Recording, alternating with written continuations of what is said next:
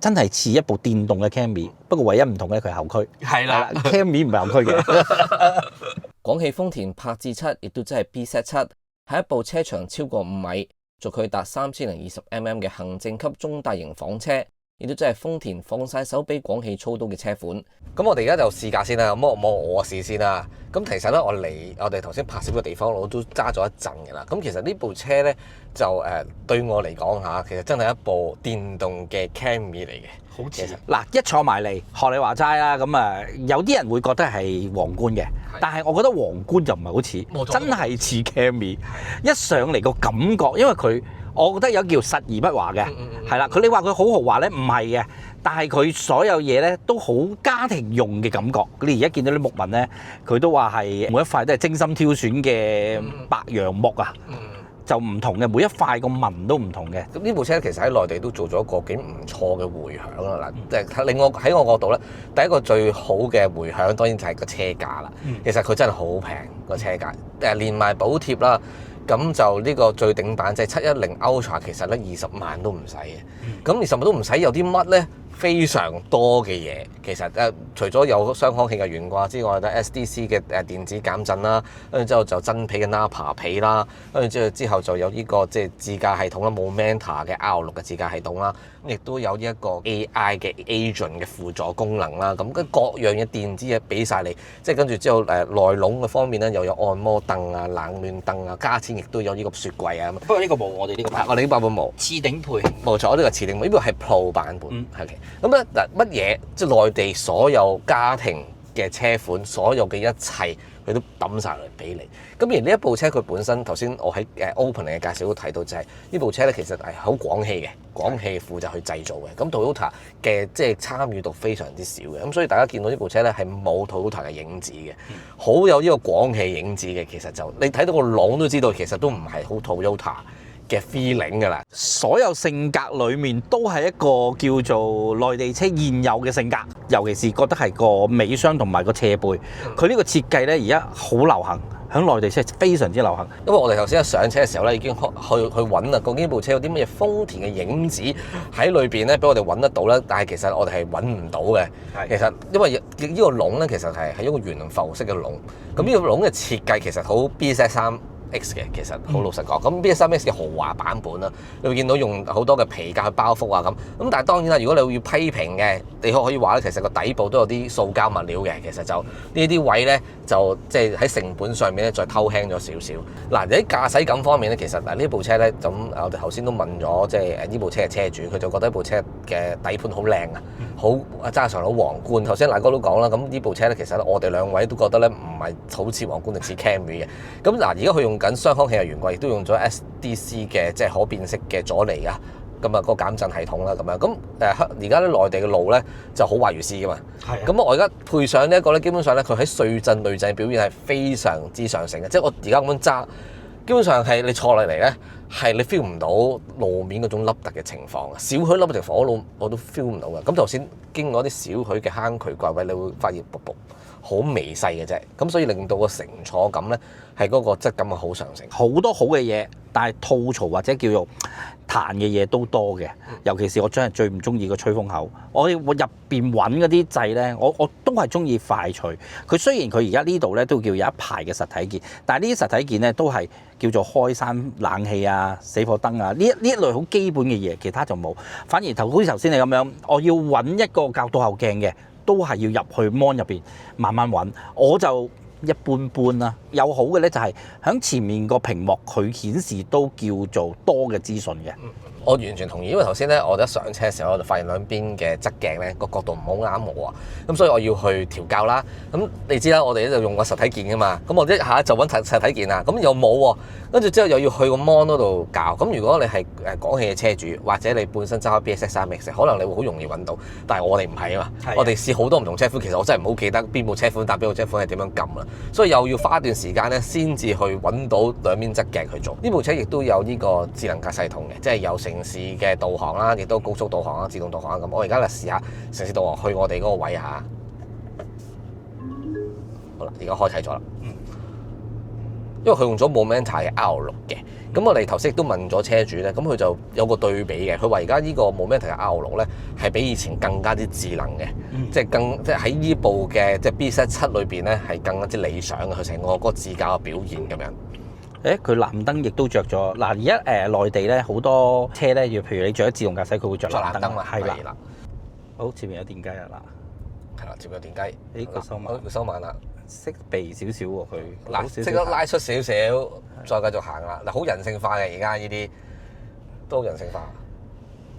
佢又唔會話過咗線喎，佢扭少少出嚟再擰翻入去喎。即係同天神之眼嗰陣時一樣啦。天神之眼我哋試嘅時候，佢都係人性化避一避嘅。嗱，呢個咧壓尾翼咧，其實咧就係黐實咗嘅，所以咧佢就唔可以咧就自己升降嘅，咁就純粹裝飾之用嚇咁啊。嗱，跟住之後咧睇睇咁燈組啦，呢個燈組都係而家好流行嘅一種一字形嘅貫穿式嘅尾燈組咁樣。咁下邊咧大家見到 STI 咧，大家就唔需要驚訝嚇，因為咧車主就好中意 STI 嘅，所以佢乜嘢車咧都會咧擺個 STI 字落去嘅，所以大家其實本身呢 STI 係冇嘅。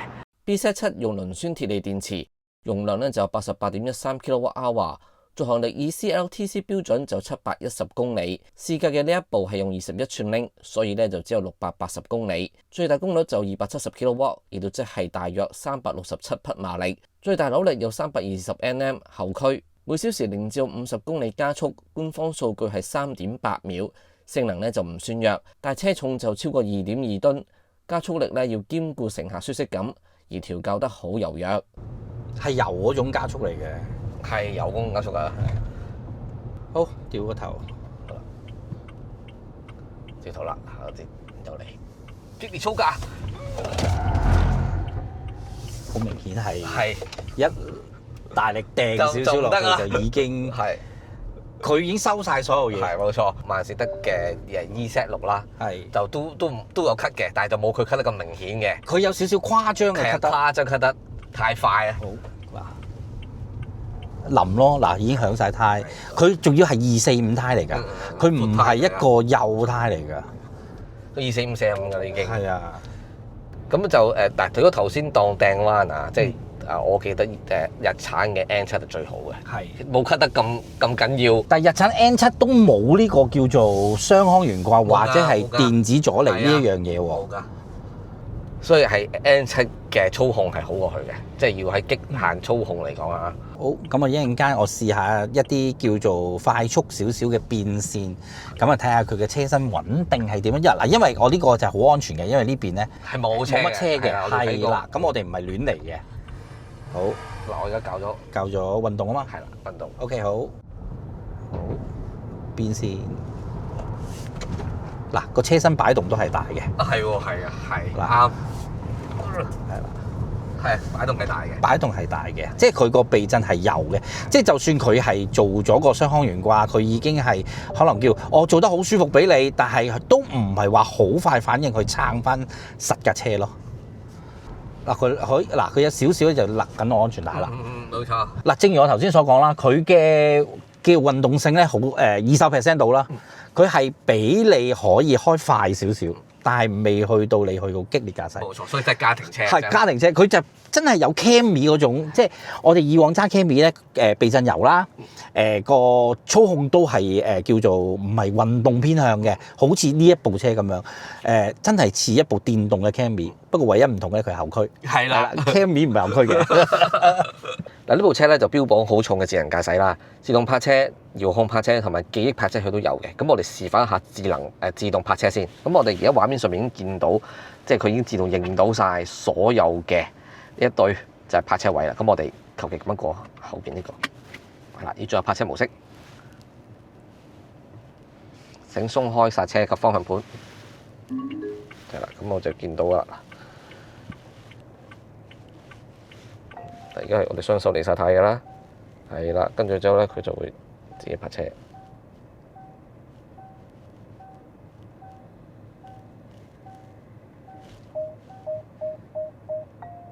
哇！而家啲自動泊車好快，冇遲疑嘅。嗱，大家見到咧，佢泊完之後咧，嗱，掂嗰個線位嚇，我俾大家望一望先。嗱，佢真係泊得好正中間㗎，而且頭先好快嗰個速度。